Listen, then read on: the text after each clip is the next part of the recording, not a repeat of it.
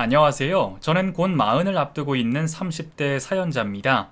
저는 현재 직접 창업한 사업체를 운영하고 있습니다. 많은 분들의 도움을 받아 회사는 꾸준히 성장해 가고 있고, 결혼해서 가정도 꾸리고, 얼마 전에는 기다리던 아이까지 만나게 되며 요즘처럼 행복하고 여유 있는 시절이 없는 듯 하네요. 가끔은 사람마다 좋은 시절이 다 다른 건 아닌가 싶은 생각도 듭니다. 유년 시절 누구보다 힘들었거나 어려움을 겪었더라도 저처럼 몇십 년 뒤에 빛을 보고 행복해질 수도 있는 것이니까요. 그와 반대로 부족함 없이 어린 시절을 보냈다가 나중에서야 패가 망신하고 자신의 과거와 과오들을 후회하는 사람도 있겠죠. 저도 저와 정반대되는 그런 일을 하나 알고 있습니다. 어쩌면 그 친구와 저는 운명이 완전히 바뀌었다 싶을 정도로 이전의 모습과 지금의 처지가 정반대가 되어 있습니다. 어렸을 적 저를 힘들게 하고 못 살게 굴었던 그 친구가 지금은 좋지 못한 형편이라는 것을 듣고 여러 가지 생각이 들기도 합니다. 하지만 그런 게 인생이지 않을까 하는 생각도 드네요. 가지고 태어난 것만 믿고 안일하게 살다가 모두 잃어버린 자와 가진 것은 없었지만 노력 끝에 일궈낸 사람이 결과가 똑같을 수는 없을 테니 말입니다. 그럼 지금부터 전혀 다른 현재를 살게 된 그 친구와 제 이야기를 해보도록 하겠습니다. 저희 부모님은 가난한 집안에서 태어나 온갖 고생들을 다 하신 분들이셨습니다. 그 시절 다들 먹고 살기 어려웠다 하더라도 저희 부모님만큼 고생 많으셨던 분들도 별로 없었을 거라 싶네요. 저희 아버지는 너무 가난하셔서 학업도 다 마치지 못하시고 어릴 적부터 구두 닦기 일이며 똥 푸는 일까지 별별 고생을 다 겪으신 분이셨고, 저희 어머니 역시 줄줄이 딸린 동생들 먹여 살리신다며 일찍부터 미싱 일을 배워 공장에서 개工으로 일을 하셨던 분이셨습니다. 저만 해도 고등학교는 당연히 다녀야 하는 것이고 대학 역시 선택이 아닌 필수가 되었던 시절이었는데, 바로 윗세대인 저희 부모님이 그런 고생을 하셨다는 것이 믿기지 않을 정도죠. 하지만 저는 누구보다도 가까운 곳에서 저희 부모님의 고생을 들어왔고, 두 분이 저를 위해 얼마나 많은 희생을 하시며 열심히 사셨는지 어릴 때부터 듣고 자라와 잘 알고 있었습니다. 그런데 젊은 시절 고생 많으셨던 부모님은 20대 중반에 만나시며 저를 낳으셨고, 포장마차부터 시작하셔서 열심히 모은 돈으로 시장에 조그만한 가게를 차린 분들이셨습니다. 남들이 보기에는 지저분한 시장 골목에서 억세게 고생하며 일한다며 무시할지 몰라도 저희 부모님은 그렇게 하셔서 저를 입히고 기르셨고, 두 분은 배우지 못하신 것이 한이 되셔서 저를 대학까지 무사히 보내주셨습니다. 부모님께서 저를 위해 많은 것을 해주셨다는 걸 저도 잘 알기에 저 역시도 어릴 적부터 참 열심히 공부하고 배웠습니다. 그래도 머리가 나쁜 편은 아니었던지 저는 어릴 적부터 책 읽고 배우는 것을 좋아했고, 국민학교 시절부터 손에서 연필을 놓지 않았습니다. 그때는 왜 공부를 열심히 해야 하는지, 공부를 잘해서 뭘 할 수 있는지는 잘 알지 못했어도 제가 공부를 열심히 하는 모습을 부모님께서 좋아하신다는 걸 알고 있었습니다. 저희 부모님은 집에서도 숙제며 공부며 열심히 하는 저를 보시는 걸 좋아하셨고, 아버지는 늘 제 연필들을 손수 깎아 제 필통을 채워주시고, 어머니는 든든히 먹고 공부하라며 늘 제 간식들을 챙겨주곤 하셨죠. 매일 새벽같이 가게 일을 나가셔서 하루 종일 고생하시고 들어오시는 부모님이 얼마나 피곤하실지 잘 알고 있는데도 두 분은 그렇게 저를 위해 작은 하나라도 해주고 싶어 하셨습니다. 그런 부모님의 마음이 감사하고 저를 대견해 하는 부모님의 칭찬이 좋아서 저는 그렇게 공부에 집중을 하게 되었죠. 요즘에는 아이들이 어릴 적부터 비싼 교사들을 붙여 아이들의 공부 습관을 들인다고들 하던데, 생각해보니 저는 부모님 덕분에 자연스럽게 그런 공부 습관들을 들이게 되었던 것 같습니다. 그리고 혼자 공부하던 습관 덕분인지 저는 자습하는 것이 더 좋았고, 가뜩이나 어려운 형편에 학원 하나 다니지 않고도 좋은 학업 성적을 유지할 수 있었습니다. 그렇게 국민학교 시절 내내 공부 외에도 고무동력기 대회나 사생대회 같은 다른 활동들도 이것저것 가리지 않고 다방면으로 열심히 하며 상장들을 가지고 갔던 저는 어느새 집안의 자랑이자 기대가 되어 있었습니다. 저는 자랄수록 부모님의 기대를 저버리고 싶지 않아 더욱 열심히 살 수밖에 없었어요. 우리 집 형편에 제가 비싼 학원을 다니지 못할 형편이라는 것을 알고 있었기에 다른 친구들이 하는 것보다 몇 배씩 더 열심히 해야 했고 기대에 맞춰가고 있었습니다. 그러려면 늘 시간이 별로 없었어요. 수업 시간이나 쉬는 시간도 아까웠기에 늘 손에서 책을 놓지 않고 지냈죠. 그러다 보니 저는 성적도 당연히 좋았지만 학교에서도 소문난 범생이가 되어 있었습니다. 모범적인 태도 덕분에 반장도 했었고 선생님들의 예쁨을 받으며 학원 하나 다니지 않고도 독학으로 공부를 잘한다며 학교 내에서 유명하기도 했습니다. 그때 이미 사교육 열풍이 불던 때인지라 학교에서 공부 좀 한다는 아이들 중에 학원을 안 다니거나 과외를 하지 않는 아이들은 없었는데 그 중에서도 전교권 성적을 유지하면서 사교육을 하지 않는 학생은 저밖에 없었기 때문이죠. 그런 이유로 저는 선생님들의 예쁨을 더욱 받을 수밖에 없었습니다. 덕분에 내신 성적이나 제 평판은 당연히 좋을 수밖에 없었고 저는 별탈 없이 학교 생활을 잘 할 수 있었습니다. 하지만 중학교 3학년이 되며 제 인생의 가장 힘든 시간들이 찾아오게 되었습니다. 제가 평생 잊을 수 없는 그 아이를 만나게 되었기 때문이죠. 그때 저는 학기 초에 반장을 뽑기 전에 임시 반장을 하고 있었고 덕분에 반 아이들과 금세 친해질 수 있었습니다. 그리고 반 아이들 중에서 가장 잘 살던 태준이를 알게 되었죠. 태준이네 부모님은 학생들 사이에서도 모르는 사람이 없었습니다. 사업을 하시던 태준이네 아버지는 학교에 물품 같은 것도 많이 보내셨고 태준이네 어머니는 학부모회 회장님이셔서 학교 일에 늘 적극적이셨거든요.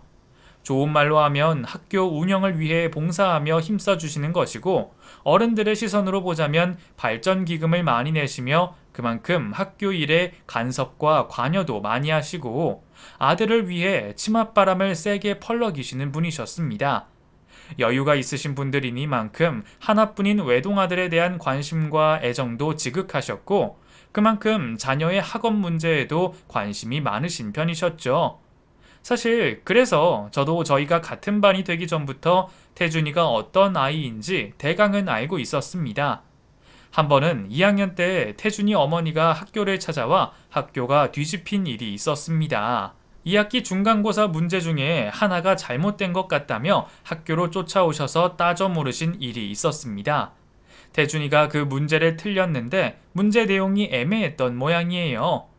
태준이가 쓴 답도 맞지 않냐며 선생님들을 들들 볶으셨답니다. 중학교 수준이 그렇듯이 넓게 보면 태준이의 답도 맞다 할 수 있는 상황이었습니다. 하지만 사실 교과서만 놓고 보면 태준이의 답은 틀렸다고 해야 맞는 것이었죠.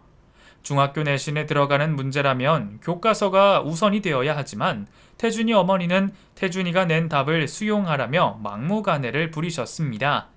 이미 진작에 채점도 다 끝나고 성적까지 낸 상황에 그 한 문제로 쫓아오신 태준이 어머니 때문에 다른 선생님들도 많이 당황스러우셨을 겁니다. 하지만 매년 발전기금을 많이 내시고 학부모들 사이에서 입김이 센 태준이네 어머니를 학교 측에서 모른 척할 수는 없었습니다. 그래서 결국 학교 측에서도 태준이와 태준이 어머니의 손을 들어주셨고 보름 사이에 성적이 전부 뒤바뀌는 일이 벌어지게 되었습니다. 어차피 저와는 별 상관이 없는 문제였지만 그 일로 평균이 깎이고 성적이 떨어지게 된 다른 친구들에게는 속상한 일이었을 겁니다. 그 일로 태준이에 대해서 들은 적이 있던 저는 태준이와 같은 반이 된 것을 보고 신기하기도 했습니다. 그리고 소문으로 태준이가 엄청 고액의 과외와 특별 수업을 듣는다는 것을 들었기에 태준이의 학업 태도나 성적이 궁금하기도 했죠. 하지만 제 생각과 달리 태준이는 공부에 별로 관심이 없는 듯 보였어요. 수업 시간 내내 만화책을 보거나 딴짓을 하기 바빴고 어울려 다니는 친구들도 공부하는 아이들이 아니라 학교에서도 요주의 인물로 소문나 있는 양아치 아이들이었습니다. 집에서 그렇게 유난을 떨 만큼이면 당사자도 학업에 신경을 쓸 줄 알았는데 제 예상이 완전히 비껴나갔습니다. 그래도 정말 소문처럼 비싼 과외를 하긴 하는 건지 성적이 나쁘지는 않았어요. 저보다는 낮았지만 그래도 늘 반에서 5등 안에는 들었으니까요. 그 정도만 해도 조금 열심히 하면 금방 성적이 오를 테고 나쁜 편도 아니었지만 태준이네 부모님의 기대에는 미치지 못했던 것 같습니다. 제가 태준이 어머니의 성적 욕심을 직접 느꼈던 계기가 한 번 있었습니다. 학기 초에 사회 수업의 일환으로 조별 과제를 하는 일이 있었는데 다 같이 모여 숙제를 해야 했기에 모일 곳이 필요했죠.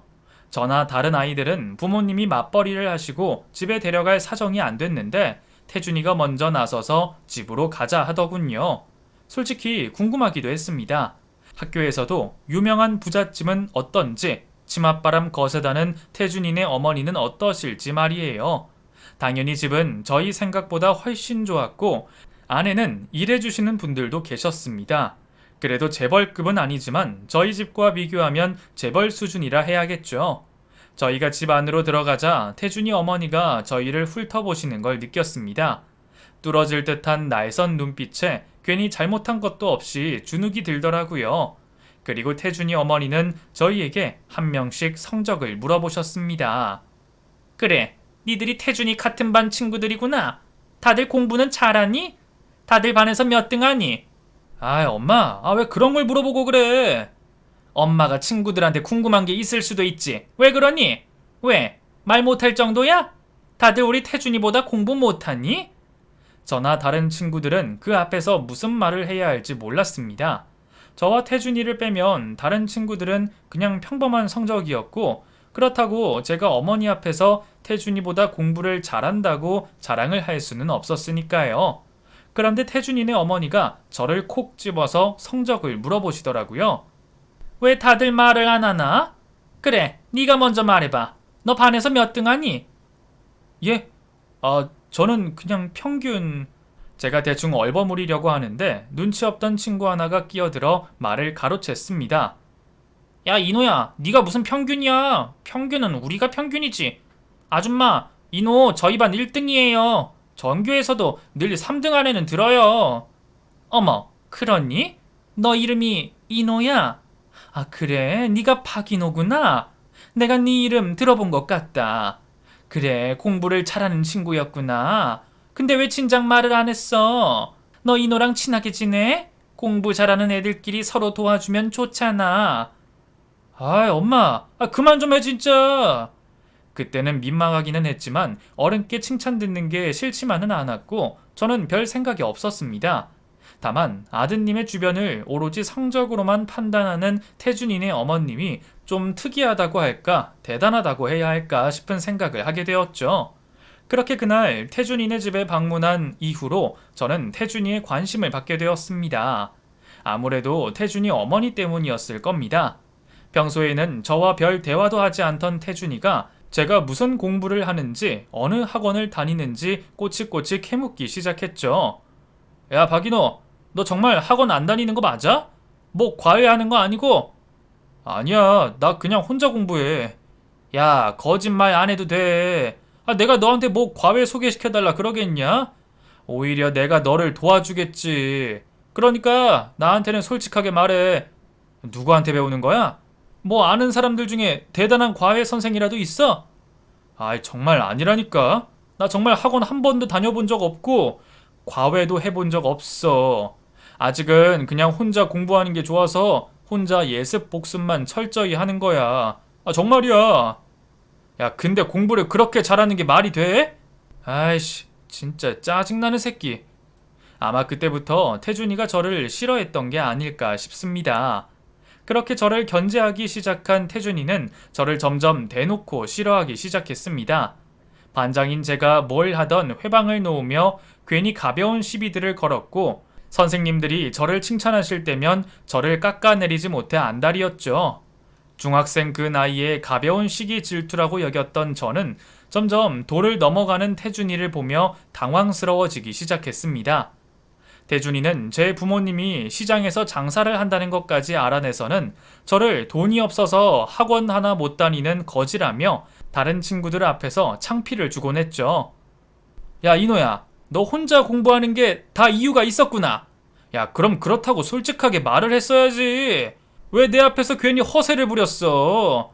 돈 없어서 학원도 못 다니는 새끼가 꼴에 자존심은 있었냐? 뭐? 야, 박태준, 너 무슨 말을 그렇게 해? 내가 혼자 공부를 하던 학원을 다니던 내가 너한테 뭐 피해준 거라도 있어? 너 때문에 우리 엄마가 나한테 맨날 잔소리 하잖아. 학원도 안 다니는 새끼가 왜 그렇게 공부 잘하냐고. 너 때문에 내가 욕을 듣잖아. 그게 왜 내 탓이야? 억지 부리지 마. 아이씨, 이 한 주먹거리도 안 되는 범생이 새끼가 진짜 사람 열받게 하고 있어. 되도 않는 시비를 거는 태준이를 보며 저는 황당함을 넘어 두려움을 느꼈습니다. 제 입장에서는 전혀 이해되지 않는 분노였기 때문에 어떻게 대처를 해야 할지 알지 못했기 때문이죠. 그렇게 저는 대놓고 싫어하기 시작하던 태준이가 그쯤 성적 스트레스에 시달리고 있었습니다. 곧 고등학교 진학을 앞두고 있기 때문인지 집에서도 학원 수를 늘리고 부모님이 태준이에게 성적 압박을 심하게 하셨던 모양입니다. 그리고 그게 제게 불똥이 튀고 말았습니다. 1학기 중간고사를 보던 날 제 뒷번호였던 태준이는 제 뒷자리에 앉았고 저희는 앞뒤로 나란히 시험을 보게 되었습니다. 그런데 시험 바로 직전에 태준이가 제게 말을 걸더군요. 야, 박인호, 나랑 얘기 좀 하자. 그렇게 따라간 곳에서 저는 믿기 어려운 얘기를 듣게 되었습니다. 야, 이따가 시험 칠 때 답안지 마킹하고 선생님 못 보게 나한테 넘겨. 뭐? 그게 무슨 말이야? 내 답을 너한테 달라고? 그래, 나 이번에 공부 많이 안 했으니까 네 도움 좀 받자. 그게 무슨 소리야? 그거 부정행위야. 그리고 내가 왜 그래야 하는데? 싫으면 좋을 거 없을 텐데. 나 친구들 많은 거 알지? 너 학교 생활 힘들게 만들어줄 수 있어. 괜히 얻어맞거나 왕따 당하기 싫으면 시키는 대로 해. 처음에는 설마 했습니다. 아무리 간이 커도 답안지를 달라는 소리를 그렇게 함부로 할까 싶었어요. 하지만 시험이 시작되자 태준이는 남몰래 제 등을 계속 찔러댔고 기어이 제 답안지를 가져가 버렸습니다. 1교시부터 그날 시험이 끝나는 시간까지 저는 그렇게 태준이에게 제 답안지를 뺏기고 말았습니다. 하지만 저도 바보는 아니었고 1교시에 답안을 뺏겼던 저는 그 뒤로 틀린 답을 적어서 주었습니다. 나도 가만히 당하고 있지는 않겠다는 표현이었는데 결국 그게 제게는 상처로 남게 되었습니다. 성적표가 나오던 날 제가 벌인 짓을 알아버린 태준이는 아주 화가 났고 결국 저를 자기 친구들에게 데려가 저를 두들겨 패주었습니다. 이 새끼가 너 나 엿먹이려고 바꿔치기를 해? 내가 너 가만히 안 둔다 그랬지? 어디 오늘 두들겨 맞고 정신 좀 차려봐라. 왜 이래 정말? 나 선생님한테 가서 말할 거야? 선생님? 야, 너 우리 엄마가 누군지 몰라? 우리 엄마 학부모의 회장이야. 너희 엄마는 뭐야? 시장에서 장사하는 아줌마? 학부모의 회장하면 강제 전학도 시킬 수 있는 거 알아? 너 1년도 안 남기고 전학 가고 싶냐? 아니면 반장에서 잘리고 싶어? 서로 좀 돕고 살자는 건데 왜 이렇게 빡빡하게 나와? 사람 짜증나게. 앞으로 계속 비협조적으로 굴면 교복 새로 맞추게 될 줄 알아. 알겠어? 태준이는 생각보다 더 비열한 인간이었습니다. 겨우 중학생밖에 되지 않은 아이가 어떻게 그럴 수가 있는지 모르겠지만 태준이는 자기 노력으로 얻을 생각 없이 저를 이용해 성적을 올리려 했고 그것을 위해 저를 때리고 협박까지 하며 저를 괴롭히기 시작했습니다. 그 후로 저는 태준이에게 매일 괴롭힘을 당해야 했고 어쩔 수 없이 울며 겨자 먹기로 답안지를 줄 수밖에 없었습니다. 선생님께 말씀을 드리고 해결을 하고 싶었지만 선생님들마저 벌벌 떠는 태준이네 부모님 앞에서 제가 태준이를 이길 자신이 도저히 없었습니다. 그리고 그런 상황이 되어 시장에서 힘들게 일하시는 저희 부모님이 곤란을 겪게 되는 것도 보고 싶지 않았죠. 제 입장에서는 억울한 일이었지만 따지고 보면 겨우 시험 몇 번이었고 그 몇 번이 제 인생에 큰 영향을 줄 거라 생각하지 못했습니다. 그래서 저는 억울한 마음을 참고 잊으려 노력했고 그저 시간이 빨리 흘러 그 학교를 벗어나고 싶다는 생각만 하게 되었습니다. 혹시나 태준이와 고등학교까지 같이 갈까 싶었던 저는 가려던 고등학교 진학을 포기하고 더 멀리 있는 학교에 진학하며 그 친구를 피하게 되었습니다. 왜 가해자는 떳떳하고 피해자가 도망치고 걱정해야 하는지 그때는 인생이 너무 불공평하다 생각이 들었습니다. 그래도 고등학교에 가서는 그 친구를 보지 않을 수 있었고 저는 오로지 공부에만 집중하며 고등학교 3년을 좋은 성적으로 보내게 되었습니다. 내신도 좋았고 수능에서 실수만 하지 않으면 저는 바라던 대학에 무사히 들어갈 수 있는 상황이었어요. 지난 6년간 열심히 공부해온 것을 드디어 보상받을 수 있는 때가 되었죠. 하지만 열심히 공부를 하고도 제 마음은 편하지 못했습니다. 그때 저희 집에 금전적인 상황이 좋지 못했고 부모님은 자식에게까지 부담을 주지 않으셨지만 잘할 만큼 잘한 저는 집안 사정을 익히 알고 있었습니다. 가뜩이나 빚을 걱정하시며 좋지 못한 상황에 부모님이 제 대학 등록금 때문에 걱정을 하고 계신 것을 알고 있었고 그래서 솔직히 말하면 그렇게까지 해서 대학을 가야 하나 싶은 생각마저 들었습니다. 정말 가고 싶고 가서도 공부는 열심히 잘할 자신이 있었지만 당장 한 푼이 필요한 우리 집 사정에 빚을 내며 대학을 가서 내가 4년이라는 시간을 버틸 수 있을지에 대한 자신이 없었습니다. 차라리 당장 돈을 버는 것이 부모님을 위하는 길이 아닐지 하는 생각에 그때 저는 남들에게 말 못할 고민을 하고 있었습니다. 그리고 그때 마치 제게 동아줄이라도 되는 양 태준이가 집까지 저를 찾아오게 되었습니다. 우리 집은 어떻게 알고 찾아왔어? 나야 어디든 정보가 있으니까. 야 나도 너 땡땡대 준비한다는 거 들었다? 나도 거기 갈 생각인데. 근데 너 거기 다닐 돈은 있냐? 소문 들어보니까 너희 집 지금 상황 안 좋다고 시장에서도 가게 비워야 할지 모른다 그러던데 당장 학비는 있어? 네가 그걸 어떻게 알아? 그리고 네가 무슨 상관인데? 말했잖아. 나도 땡땡대 갈 생각이라고. 우리 부모님 나한테 기대가 크시잖아. 내가 거기는 무리라고 하는데도 거기 아니면 안 된다고 자꾸 고집을 부리시니까 내가 진짜 미칠 것 같아서 말이야. 근데 너는 갈 성적은 되지만 돈이 없고. 무슨 말을 하고 싶은 거야? 그러니까 우리 서로 돕자 이거지. 수능날 네가 내 이름으로 시험을 봐줬으면 해. 어차피 애들 얼굴 다 거기서 거기고 너 안경 벗고 인상만 바꾸면 나랑 얼추 비슷해 보일걸? 그렇게 해서 네가 나 대신 시험 쳐주고 대학 합격하면 내가 너 4년 대학 등록금 줄게. 뭐 성적 봐서 보너스까지 챙겨줄 수도 있고. 뭐? 너 미쳤어? 어떻게 수능을 조작해? 그럼 나는 대학 안 가? 너는 공부도 잘하고 내년에도 쉽게 합격할 수 있는 거 아니야. 그러니까 올해는 나한테 양보하고 돈 받아서 내년에 걱정 없이 학교 가면 되잖냐. 말도 안 되는 얘기였지만 솔직히 한편으로는 솔깃하기도 했습니다. 당시 저는 대학 진학을 포기할 만큼 그 돈이 절실했으니까요. 그때는 저도 제대로 생각을 할 수 없을 정도로 고민이 깊었고 정말 저희 부모님이 아니었다면 말도 안 되는 그 제안을 받아들였을지도 모릅니다. 하지만 우연히 집 근처에 계시던 부모님이 저희 대화를 들으셨고 저희 부모님은 화를 내시며 태준이를 쫓아버리셨죠. 이게 지금 무슨 소리야? 넌 누군데 우리 아들한테 그런 소리를 하니? 어린애가 세상에 돈이면 다 되는 줄 아나? 자기가 공부를 해서 학교를 가야지. 어디 남의 아들 앞길을 망치려고 그런 소리를 해. 이노야, 너는 뭐 한다고 이런 말을 들어주고 있어? 빨리 올라가서 공부나 더 해라. 예, 너 다시는 우리 아들 찾아올 생각하지 마. 그때는 아줌마가 너 가만히 안 둘 줄 알아. 결국 그날 태준이가 제게 했던 제안은 없던 일이 되었고 저는 평생 씻을 수 없는 실수를 다시 한번 할 뻔한 것을 안도하게 되었습니다. 저희 부모님은 그런 분이셨습니다. 어렵게 사시면서도 한 번도 남의 것 탐내 본 적이 없으셨고 늘 정직하게 살아야 한다 하셨던 분들이셨죠. 그런 분들 밑에서 자란 제가 잠시나마 그런 제안에 흔들렸다는 것이 저는 너무나 창피했습니다. 그래서 그 죄송한 마음을 담아 내가 무슨 고생을 하더라도 내 힘으로 대학에 들어가겠다 생각을 했죠.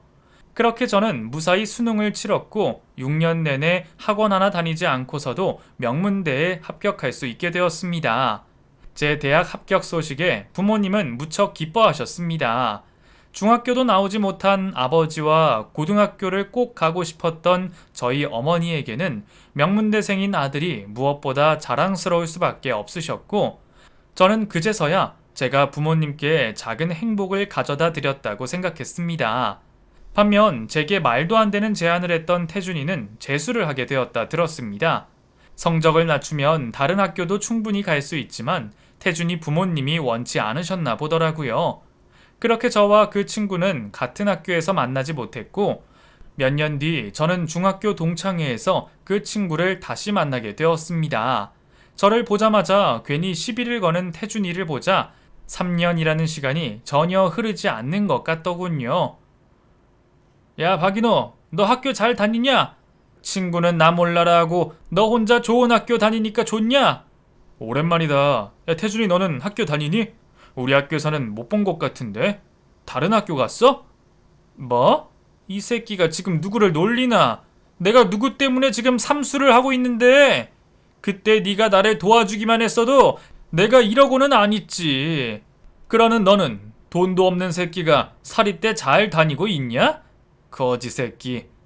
아, 나 장학금이 나와서 대학 가서도 열심히 하니까 길이 있더라고. 태준이 너도 언젠가는 좋은 결과 있을 거야. 다음에 볼 때는 우리도 웃으면서 보자. 다 큰 성인이 되었으면서 여전히 저를 가진 것으로 무시하는 태준이를 보며 기분이 상했지만 저는 괜히 맞장구를 치지 않았습니다. 부모님 강요로 삼수를 한다는 그 아이가 불쌍하기도 했고 여태 철없이 구는 그 아이가 한심하기도 했으니까요. 어차피 이제는 나와 다른 길을 걷는 사이였기에 제가 더 관심을 가질 이유가 없었습니다. 그 후로 저는 무사히 학교를 졸업했고 부모님이 바라시던 좋은 회사에 취직할 수도 있었습니다. 10년 넘게 열심히 했으니 당연한 결과일지 몰라도 저는 제가 이룬 것을 충분히 감사하고 있었습니다. 하지만 좋은 직장을 다니며 제 부모님이 평생 만져보지 못한 돈을 벌고 있는데도 저는 마음이 왠지 허전했습니다.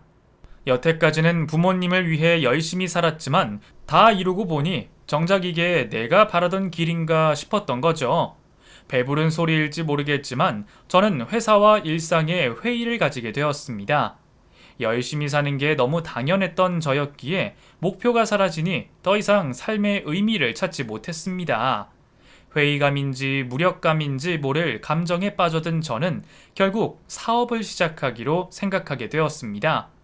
말은 이렇게 쉽게 하지만 사실 결심하기까지는 꽤 오랜 시간이 걸렸었죠. 대학 시절 자기 사업체를 꾸리고 스타트업을 하는 다른 선배들을 보며 무척 부러워하곤 했었습니다. 도전하며 나아가는 모습을 보며 나도 그렇게 살아보고 싶다 생각하기도 했었죠. 하지만 저는 그 선배들과 달랐습니다. 그 선배들은 든든한 집안 배경을 뒤에 두고 실패하더라도 언제라도 다시 시작할 수 있는 사람들이었지만 저는 그렇지 못했으니까요. 부모님을 챙기기 위해서라도 저는 실패 한 번 없이 돈을 모아야 했고 사업을 한다고 제 시간과 가치를 쏟을 여유가 없었습니다. 하지만 그게 끝내 제게 미련으로 남았고 저는 결국 제 사업을 시작하게 되었습니다. 20대 후반 적으면 적고 많다면 많은 나이에 사업을 시작한 저는 혼자서 온갖 시행착오를 겪을 수밖에 없었습니다. 오피스텔 하나 구해놓고 사무실에 간이 침대 하나 두고 거의 2년을 혼자 고군분투했었죠. 그리고 결국 모아둔 돈을 다 쓰고 나서야 저는 성과를 볼 수 있게 되었습니다. 혹시 누가 알아보실까봐 자세한 사업 얘기를 할 수는 없지만 저는 IT 기반의 애플리케이션 사업을 시작했고 몇 년 안에 자리를 잡아가며 직원들까지 두게 되었습니다. 그리고 일을 하다가 지금의 와이프까지 만나게 되었죠. 여유 있는 집에서 무남 동녀 외동딸로 자랐던 제 와이프는 배경과 달리 무척이나 겸손하고 착한 사람이었습니다.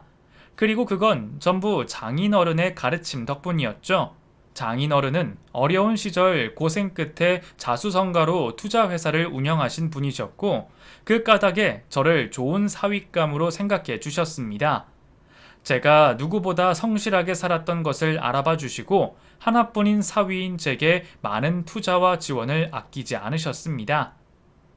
그래서 저는 사업을 시작한 후로 장인어른의 도움을 많이 받았고 그 덕분에 사업체를 확장하며 지금의 회사까지 성장시킬 수 있게 되었습니다.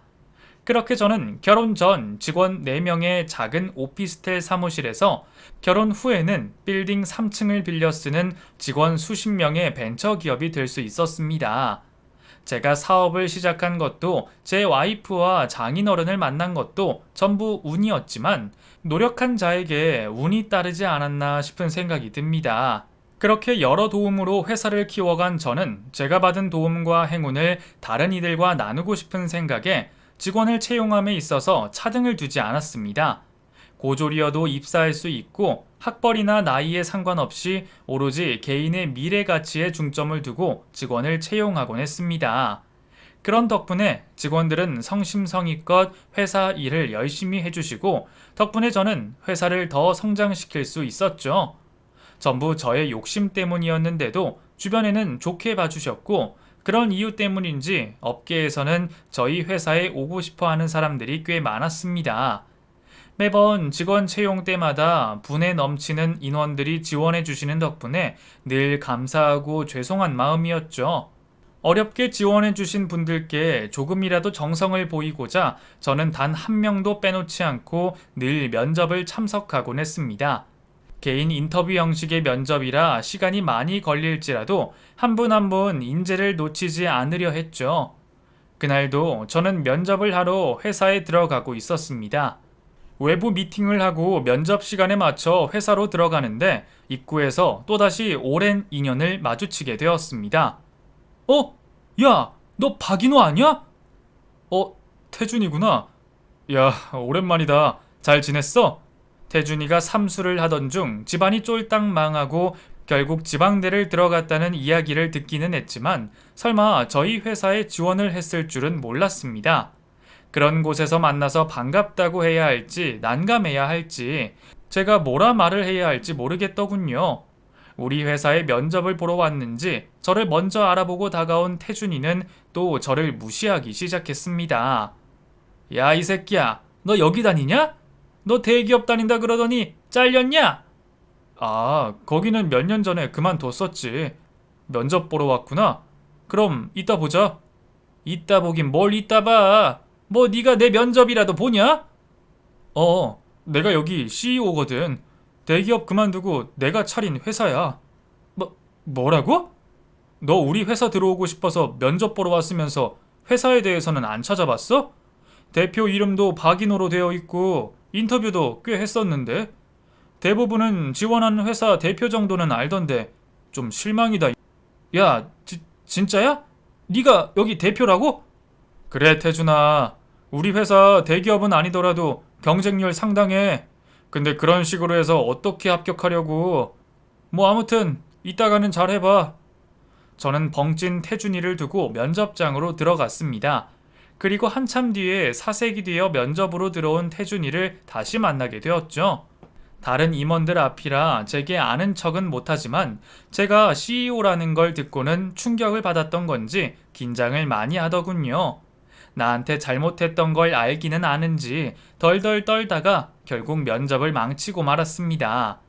애초에 자료 조사를 많이 하고 지원한 것 같지는 않았지만 그래도 지원서에는 갈 곳이 없다며 꽤 절박해 보이는 모습이었는데 아쉽게도 채용은 안 될 것 같아서 괜히 미안했습니다. 그 후로도 저는 다른 면접자들과 면접을 진행했고 저녁이 다 되어서야 그날 면접이 전부 끝났습니다. 그런데 태준이가 그때까지 제게 할 말이 있다며 그 시간까지 가지 않고 저를 기다리고 있었더군요. 태준아, 설마 나 기다린 거야? 면접 결과는 추후에 통보해 줄 텐데 이렇게 기다려봤자 소용없어. 인호야, 오늘 이렇게 만나서 너무 반가웠고 나도 놀랐어. 그래서 내가 면접을 좀 망친 것 같다. 아무튼 내가 예전에 너한테 실수한 거 다 용서해줘라. 내가 그때는 너무 철이 없었어. 그래도 우리 동창이잖아. 동창끼리 사정도 봐주고 그래야지. 안 그래? 그러니까 나 좀 뽑아줘라, 제발. 응? 태준아, 너도 알겠지만 면접 분위기가 좋지는 않았어. 아무래도 우리 회사에서는 못 볼 것 같다. 야, 이노야, 나 좀 봐줘라. 나 진짜 여기 아니면 갈 곳 없어. 너도 들었는지 모르겠지만 우리 아버지 사업 망했어. 부자는 3대는 간다더니 아니더라고.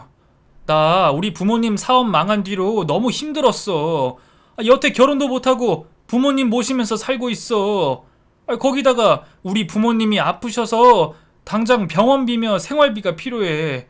나도 어떻게든 살아보려고 그랬는데 대학 입학도 너무 늦고 뒤늦게 취업하려니 받아주는 데가 없더라.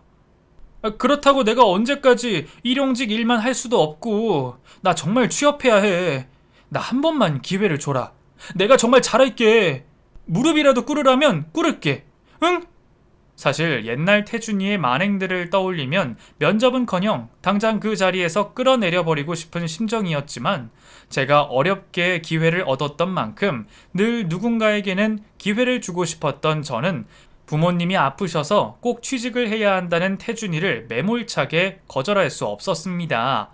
하지만 그렇다고 제 위치를 이용해서 정규직을 제안할 수는 없었고 정말 편의를 많이 봐주어서 임시직 자리를 제안하게 되었죠. 그렇게 고맙다며 제게 고마워하는 친구를 보니 그 친구가 정말 많이 바뀐 건가 싶은 생각이 들었습니다. 그렇게 인턴 자리를 알아봐준 저는 태준이가 일을 열심히 할지 기대를 하고 있었습니다. 인턴 3개월을 잘 마치면 정규직 전원이 될 수도 있기에 잘 하기를 내심 바라고 있었죠. 하지만 이전 성품이 어디 가질 않는지 태준이는 제 기대와 달리 성과 없이 실수만 반복하며 계속 문제만 만들었습니다. 일을 못하는 건 둘째치고 열심히 하려는 노력이 보이지 않더군요. 심지어는 회사 내에서 저와 동창이라며 떠들고 다니는 탓에 다른 직원들을 불편하게 만들었습니다. 그 얘기들을 전부 보고받고 있던 저는 더 이상 그 친구를 두고 볼 수가 없었습니다. 결국 저는 다른 직원들이 전부 보는 앞에서 상사로서 그 친구를 크게 혼을 내게 되었죠. 야, 이노야, 네가 여기 웬일이야? 나 보러 왔어? 박태준 씨, 지금 누구한테 함부로 말을 합니까? 여기가 학교로 보여요? 지금 여기 회사예요. 나는 여기 대표고 박태준 씨는 인턴이죠. 평소에도 내 이름 팔아서 다른 직원들 불편하게 하고 일은 미루고 한다던데 이러려고 취업시켜달라고 부탁했어요? 내가 기회는 줄 수 있지만 그건 박태준 씨가 잡아야지. 일을 이런 식으로 해서 어떻게 정규직을 하겠다는 거예요? 아무래도 박태준 씨 같은 직원은 우리 회사와 어울리지 않는 것 같네요. 이노야, 아니 대표님, 제가 잘못했습니다. 제가 잘할게요. 다시 한 번만 기회를 주세요. 저 정말 가족들 먹여 살려야 합니다. 제발 한 번만 더 호의를 베풀어 주세요. 하지만 제가 베푼 호의는 그것이 마지막이었고 결국 태준이는 인턴도 마치지 못한 채 회사에서 잘리고 말았습니다. 그런데 제 앞에서는 끝까지 도와달라 사정을 하더니 결국 뒤에서는 제 욕을 하고 다녔던 모양인지 동창들에게서 전화가 걸려왔습니다. 야, 이노야, 태준이가 요즘 네 욕하고 다니더라? 야, 걔가 너네 회사 인턴 했었다며? 자기가 능력을 입증을 했는데 네가 옛날 악감정 때문에 자기를 잘랐다면서 노동부에 고발하고 뭐 기자들이랑 국민신문고에 올릴 거라고 그러고 다니네? 야, 우리야 뭐 네 성격 뻔히 알고 박태준 걔가 어떤 줄도 아니까 믿지는 않았지만 야, 혹시 회사에 문제 생길 건 없나 해서 연락했다. 설마 했지만 사람은 정말 바뀌지 않는 모양입니다. 인턴 기간 동안 회사 일에 손해 입히고 회사 차를 개인 용도로 타고 나갔다가 사고 내고 법인카드로 개인 지출까지 한 것도 그냥 넘어가 주었더니 자기 잘못은 끝까지 모른 채 여태 남탓만 하고 있었네요.